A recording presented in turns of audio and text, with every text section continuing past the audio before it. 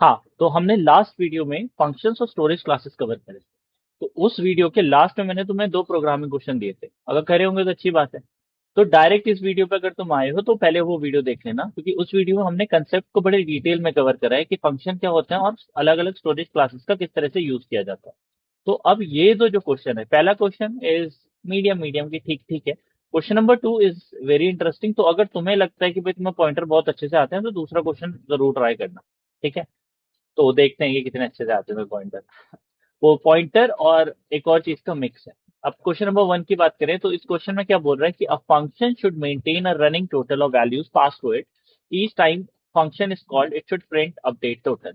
अब बहुत ज्यादा इसने वैल्यू दी नहीं है, लेकिन ये सिंपल कह रहा है कि पहले तो आपको एक वैल्यू यूजर से लेनी है कि कितनी बार आप उस फंक्शन को कॉल करवाने वाले हो एक तरह से, या कितनी बार वो टोटल होने वाला है। ठीक है, फिर आपको हर बार एक नंबर को लेना है और उस नंबर को टोटल में डालते जाना है, और टोटल में जो वैल्यू आपकी निकलेगी वो 10 प्लस मतलब 100 प्लस 200 300, 300 प्लस 300 600, तो वो कंटिन्यूशन में होना चाहिए।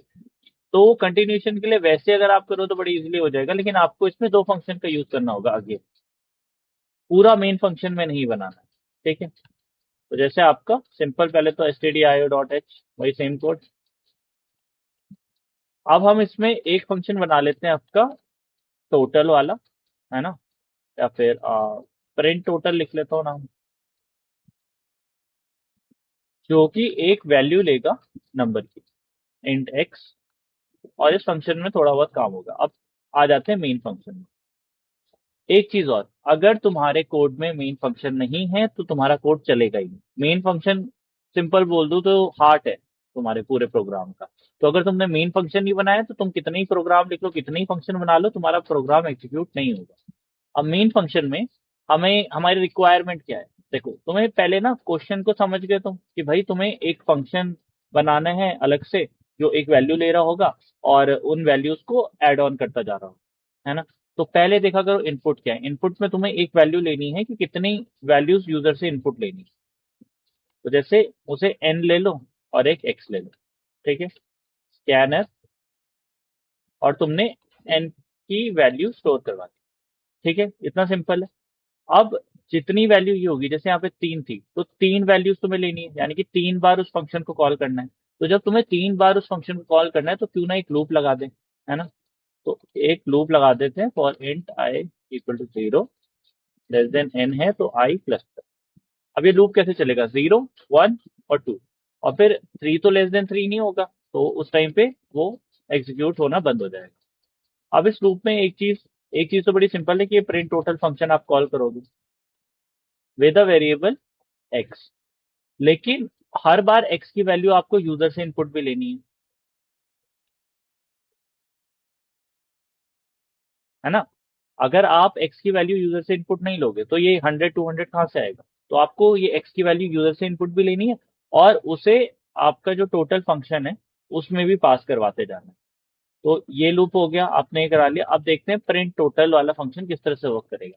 अब देखो, इसमें एक प्रॉब्लम ये है कि जैसे ही हम प्रिंट टोटल फंक्शन को कॉल करेंगे तो जितने भी उसमें लोकल वेरिएबल होंगे वो अपना आप में रीसेट कर देंगे। रीसेट क्यों करेंगे, अगर आपने लास्ट वीडियो देखी है तो उसमें हमने पढ़ा था ऑटो और स्टैटिक क्लास, जो कि स्टोरेज क्लासेस होती हैं। तो ऑटो क्लास में क्या होता है कि जब फंक्शन खत्म हो जाता है तो उसकी जो वैल्यू होती है वो खत्म हो जाती है, वो डाई मतलब उसकी मेमोरी खत्म हो जाती है, सिंपल वे में बोलो। तो इसलिए हम यहाँ पे स्टैटिक कीवर्ड का यूज करेंगे, क्योंकि स्टैटिक कीवर्ड में जो मेमोरी होती है वो खत्म नहीं होती। ठीक है, तो इंट टोटल हमने बना दिया एक। ओके, अब टोटल की वैल्यू क्या होगी, टोटल इज इक्वल्स टू, या सिंपल बोलो प्लस इक्वल्स टू टोटल।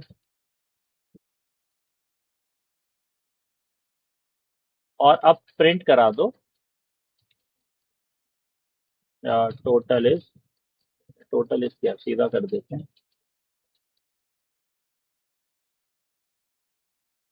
ठीक है, अब इसमें एक चीज और है, हमने इस फंक्शन का रिटर्न टाइप वॉइड रखा है क्योंकि हमें कोई वैल्यू रिटर्न करने की जरूरत नहीं है, हम फंक्शन के अंदर ही प्रिंट करा दे रहे हैं। इंट मेन फंक्शन का जो होता है, आप रिटर्न टाइप या तो इंटीजर रख लो या फिर आप वॉइड रख लो। अगर इंटीजर है तो कर देनी चाहिए कोई वैल्यू रिटर्न। ओके, तो जहां तक कि ये प्रोग्राम तैयार है तो देख लेते हैं जरा चल रहा है नहीं चल रहा है। ये हमारी फाइल है q1.c, राइट।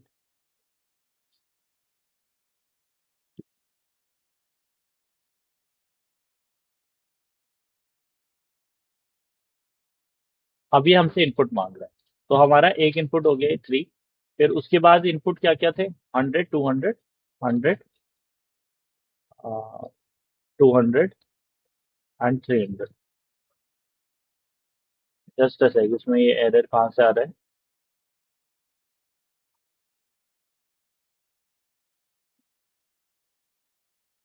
ये हम एक्स ले रहे थे, ठीक है, हमने लूप बनाया, ठीक है, स्कैनर में हमने इन की वैल्यू डलवा दी, 3 बार लूप रन करवा दिया। अब हर बार हम एक्स की वैल्यू ले रहे हैं और हम फंक्शन को कॉल करा रहे हैं, और जो कि फंक्शन क्या है, स्टैटिक में इन टोटल, ठीक है। तो इन टोटल हमने बना दिया, तो total plus equal to, total नहीं होगा, ओके सॉरी,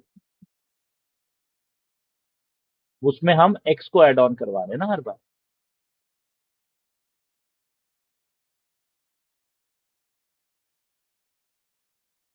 ये 3, आपका 100, आपका 200, ये आपका 300। Okay cool। देखो इसमें इसमें गड़बड़ क्या हुई है, ये साथ साथ प्रिंट करता जा रहा है, कि जैसे इसने फंक्शन को कॉल करा तो हमने जब 100 डाला तो इसने 100 प्रिंट कर दिया, फिर इसने 200 अलग से प्रिंट कर दिया। ये क्या हो रहा है कि हमारे इनपुट और हमारा आउटपुट एक साथ प्रॉब्लम क्रिएट कर रहा है, ठीक है। तो इसके लिए हम क्या करेंगे, हम इसे अलग से कर देंगे। जब जो हमारा स्कैन एफ है, उसे हम इनपुट अलग से ले लेंगे, और जो हमारा प्रिंट टोटल फंक्शन को हम कॉल कर रहे हैं, उसे हम अलग से कॉल करेंगे। उसे अलग से कॉल करेंगे तो भी प्रॉब्लम आएगी, 1 मिनट।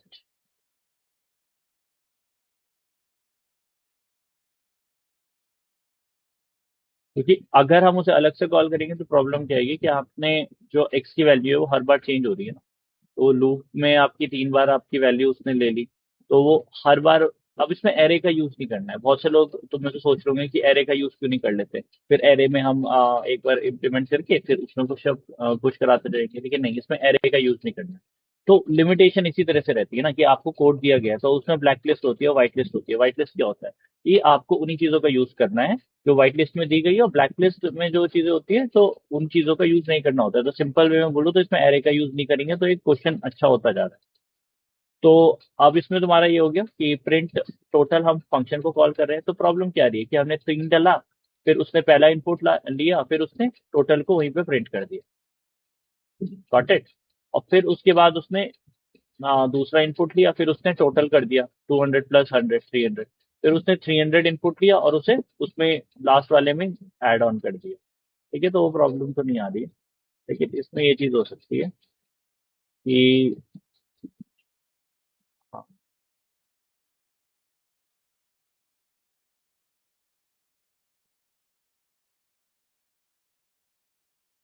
ओ, यहाँ पे अगर हम टोटल में एक तो स्लैश एन डाल दें और डाल दें एक टोटल, तो अब थोड़ा दिखने में डिसेंट हो जाए, ठीक है। ये 3 हो गया, आपका 100, टोटल उसका 100 आया, फिर आपका 200, ओके, यहाँ पे भी देना था लास्ट में, एक न्यू लाइन यहाँ पे भी आएगी,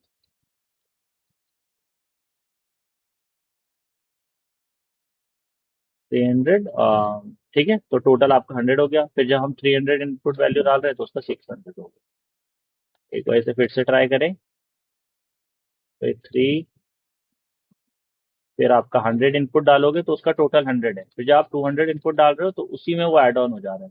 अगर 500 डाल दूंगा तो उसी में ऐड ऑन हो गया।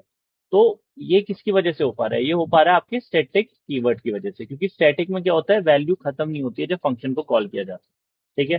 तो ये सिंपल प्रोग्राम था काफी, एक ये वाला हो गया। अब देखते हैं दूसरे प्रोग्राम। ये वाला क्वेश्चन अच्छा है वैसे देखे तो। एक नंबर है जो हम एक फंक्शन को पास कर रहे हैं, ठीक है। जैसे आपने यूजर से इनपुट ले लिया 10, अब आप वो एक फंक्शन को पास करोगे, जो फंक्शन का नाम लेट अस से मॉडिफाई रख लेते हैं। तो अब जो आपने फंक्शन का नाम रखा है, उस फंक्शन के अंदर क्या है कि जब पहली बार कॉल होगी तो +10 होगा, फंक्शन जब दूसरी बार कॉल होगा तो +15 होगा, प्लस जब वो तीसरी बार कॉल होगा तो +25 होगा। अब एक चीज तुम इस तरह से सोच सकते हो कि तुमने मेन फंक्शन बनाया, तुमने अलग से फंक्शन बनाया, तो मेन फंक्शन के अंदर ही तुम कोई काउंट रख लोगे, और फिर तुम 3 बार फंक्शन को कॉल कर रहे हो तो उसके हिसाब से तुम 2 पैरामीटर ले लो, कि जो आपका मॉडिफाई फंक्शन है वो 2 पैरामीटर ले रहा होगा, एक काउंट ले रहा होगा और एक आपकी वैल्यू ले रहा होगा। लेकिन इसमें एक चीज और है कि original value must change every time, जो ओरिजिनल वैल्यू है वो भी हर बार चेंज होती है। तो यानी कि इसका मतलब क्या हो गया, जब वो पहली बार क्या होगा, +10 होगा, है ना, क्योंकि 10 + 10 आपको 20 दे देगा। दूसरी बार +15 नहीं होगा, +5 होगा, क्योंकि 10 तो ऑलरेडी एड ऑन हो चुका है ना उसमें, तो दूसरी बारी में +5 होगा, है ना। फिर जब 15 हो जाएगा तो तीसरी बारी में +10 होगा। ओके, तो वो काउंट के हिसाब से चलेगा। अब इसका स्टार्टिंग का तो वही सिंपल रहने वाला है आपका, इंक्लूड stdio.h। अब एक फंक्शन हो जाएगा आपका मॉडिफाई। अब इसमें हमें करना क्या है, हमने लास्ट वीडियो में स्टैटिक कीवर्ड के बारे में पढ़ा था, और हमने पढ़ा था कि आपके पॉइंटर्स के बारे में थोड़ा बहुत। तो इसलिए हमें एक तरह से व्हाइट लिस्ट जो है तुम्हारी, वो है आपकी स्टैटिक कीवर्ड, कि आपको स्टैटिक कीवर्ड का यूज करना है। स्टैटिक कीवर्ड का यूज करके क्या होगा, जो आप काउंट को गिन पाओगे, कि काउंट की वैल्यू रीसेट नहीं होगी, क्योंकि अगर स्टैटिक आपका वेरिएबल नहीं होगा, वो आपका ऑटो वेरिएबल होगा, तो उस केस में प्रॉब्लम क्या आ जाएगी, उस केस में आपकी वैल्यू हर बार रीसेट हो जाएगी, तो आपको पता ही नहीं चलेगा ये कॉल कौन सा है, ये फर्स्ट कॉल है, ये सेकंड कॉल है, ये थर्ड कॉल है। ओके, तो ये जो मॉडिफाई फंक्शन है, ये एक पॉइंटर ले रहा होगा, ठीक है, और इसके अंदर आप एक स्टैटिक कीवर्ड का इंटीजर काउंट इक्वल टू 0 कर देते हो। अब काउंट को आप प्लस प्लस कर रहे हो। अब इससे क्या होगा, जितनी बार भी फंक्शन कॉल होगा ये स्टेटमेंट रन करेगी, ये स्टेटमेंट रन करेगी, तो इसकी वैल्यू तो रीसेट होगी नहीं, क्योंकि स्टैटिक कीवर्ड की जो मेमोरी है वो कभी मरती नहीं है। तो पता कभी तो मरती है, लेकिन हाँ, एक फंक्शन के खत्म होने पे नहीं मरती है। तो जब वो फंक्शन दोबारा कॉल होगा तो वैल्यू 0 से 1, 1 से 2, 2 से 3, 3 से 4, इस तरह से जाती जाएगी। तो अब हमें काउंट पता चल गया, तो अभी सिंपल इफ एल्स का काम है, कि अगर जो आपका काउंट है वो इक्वल टू 0 है, 0 तो नहीं, आपका 1 हो जाएगा ना।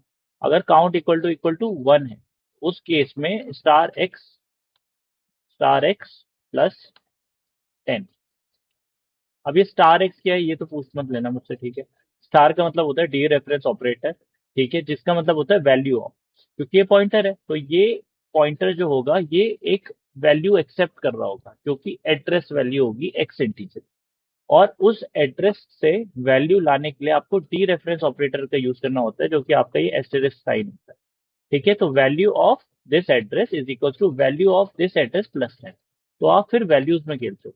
अब इसमें क्या होता है, वैल्यू हर बार ओरिजिनल वैल्यू चेंज होती है। पॉइंटर का काम ही है कि जब आप कॉल बाय रेफरेंस करते हो तो हर बार ओरिजिनल वैल्यू चेंज करता है वो। कॉल बाय वैल्यू नहीं हो रहा है, या कॉल बाय रेफरेंस हो रहा है। कॉल बाय वैल्यू और कॉल बाय रेफरेंस हमने लास्ट वीडियो में करा था। फिर आ जाता है एल्स इफ काउंट अगर इक्वल टू 2 है तुम्हारा, तो *x is equals to *x +5, और एल्स इधर भी देख ही लेते हैं, काउंट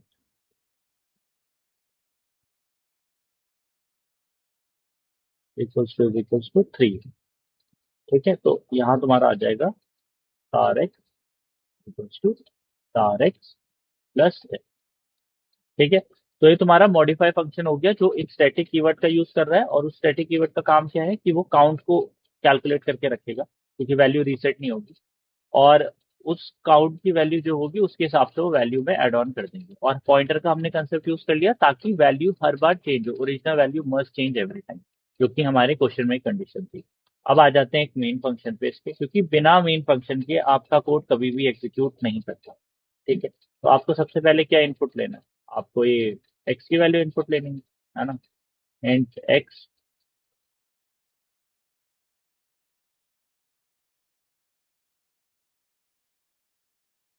%d एंड एक्स, ठीक है। सिंटेक्स में बता नहीं रहा हूँ, ये सिंटेक्स तो तुम्हें अब तक आ गया होगा, तुम्हें 2 CA दे चुके हो, 2 CBC, ठीक है। अब तुम्हारा क्या हो गया, तुम्हारा मॉडिफाई फंक्शन है ना। तो मॉडिफाई फंक्शन में क्या हो जाएगा, तुमसे कॉल कर दोगे, तो मॉडिफाई फंक्शन में तुमने कॉल करा और तुमने एड्रेस ऑफ एक्स दिया, यही पॉइंटर का कंसेप्ट था। अब मॉडिफाई फंक्शन को आप दोबारा कॉल करोगे, एड्रेस ऑफ एक्स दोगे, और फिर मॉडिफाई फंक्शन को आप तीसरी बार कॉल करोगे और एड्रेस ऑफ एक्स दोगे। अब इसमें एक चीज है, हमने ये तो कर लिया लेकिन हम उसकी वैल्यू प्रिंट नहीं कर रहे। अब हम अगर वैल्यू प्रिंट नहीं करेंगे तो हमें पता कैसे चलेगा कि अपडेट हुई है या नहीं हुई है? इसलिए हम उसकी वैल्यू अब कर देंगे प्रिंट, जो एक्स की वैल्यू चेंज होगी, स्टार ऑफ एक्स, क्योंकि यहाँ पे एक्स के अंदर क्या है, एक्स के अंदर यहाँ पे एड्रेस है। ठीक है, वो भी हम देख लेंगे। जैसे अगर तुम इसके साथ साथ ये प्रिंट कर दो, खाली एक्स, एक्स क्या है, एक्स पॉइंटर है। एक्स कोई वेरिएबल नहीं है, यहाँ पे एक्स पॉइंटर है, क्योंकि जब इसका इनिशियलाइजेशन हुआ है तब आपने डी रेफरेंस ऑपरेटर का यूज करा है जो कि पॉइंटर में होता है। ठीक है, तो ये उसका मेमोरी एड्रेस दिखाएगा, यहाँ डेटा टाइप यूज करना पड़ेगा आपको। ओके, तो अब एक बार इसे रन करके देख लेते हैं।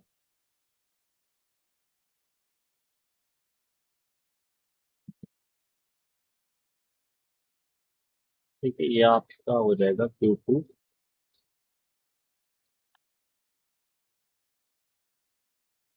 अब देखो ये मांग रहा है इनपुट, तो हमने दे दिया 10, तो 20, 25, 35, जो कि आपका एक्सपेक्टेड आउटपुट।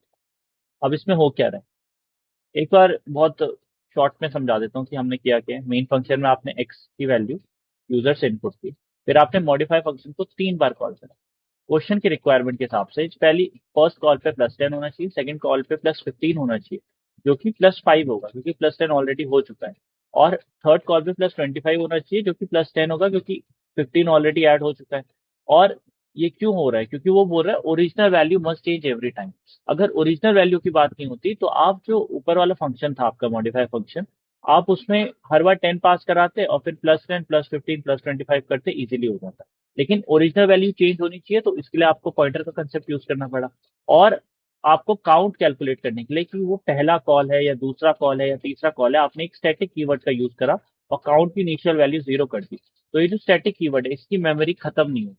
ठीक है, यही काम है स्टैटिक कीवर्ड का कि वो मेमोरी खत्म नहीं होती। तो जब ये फंक्शन खत्म हो जाएगा, मॉडिफाई फंक्शन, दोबारा से इस फंक्शन को हम कॉल करेंगे तो हर एक वैल्यू रीसेट हो चुकी होगी, लेकिन काउंट जो कि स्टैटिक है उसकी वैल्यू रीसेट नहीं हुई होगी। तो अगर उसकी वैल्यू पहले 0 से 1 हो गई थी तो अब वो 1 से 2 हो जाएगी। तो जो काउंट होगा उसके हिसाब से हमने कंडीशन रखी। ठीक है, और ये वैल्यू ऑफ ऑपरेटर आपने इसलिए यूज करा है ताकि आप उसकी वैल्यू निकाल पाओ, यानी कि जो आपका एड्रेस था उससे आप वैल्यू निकाल पाओ, जिसे आप डी रेफरेंस ऑपरेटर भी बोलते हैं। ठीक है, तो ये दो क्वेश्चन थे, होपफुली तुम्हें समझ आए होंगे। अगर किसी को समझ नहीं आए हैं तो कमेंट सेक्शन में बता देना, मैं थोड़ा सा उसमें मतलब 3-4 मिनट की वीडियो बना देंगे उसके लिए। ठीक है, तो अब मिलते हैं अगली वीडियो में एक नए कंसेप्ट के साथ। उसमें कोशिश करूंगा कि तुम्हारी ज्यादा से ज्यादा चीजें कवर अप हो जाए, क्योंकि तुम्हारे अभी काफी चीजें बच रही हैं, तुम्हारी एरे बच रहे हैं, तुम्हारे पॉइंटर बच रहे हैं, फिर एरे के तुम्हारे सर्चिंग टेक्निक हो गई, सॉर्टिंग टेक्निक्स हो गई। तो वो चीज है जिनसे क्वेश्चन आने आने, इनसे भी आने हैं, क्योंकि अगर तुम्हें ये चीज एक्सप्लेन जब मैंने करी थी लास्ट वीडियो में तब समझ आई, इस वीडियो में समझ आई, तो एमसीक्यू पॉइंट ऑफ व्यू से बहुत सही रहेगा।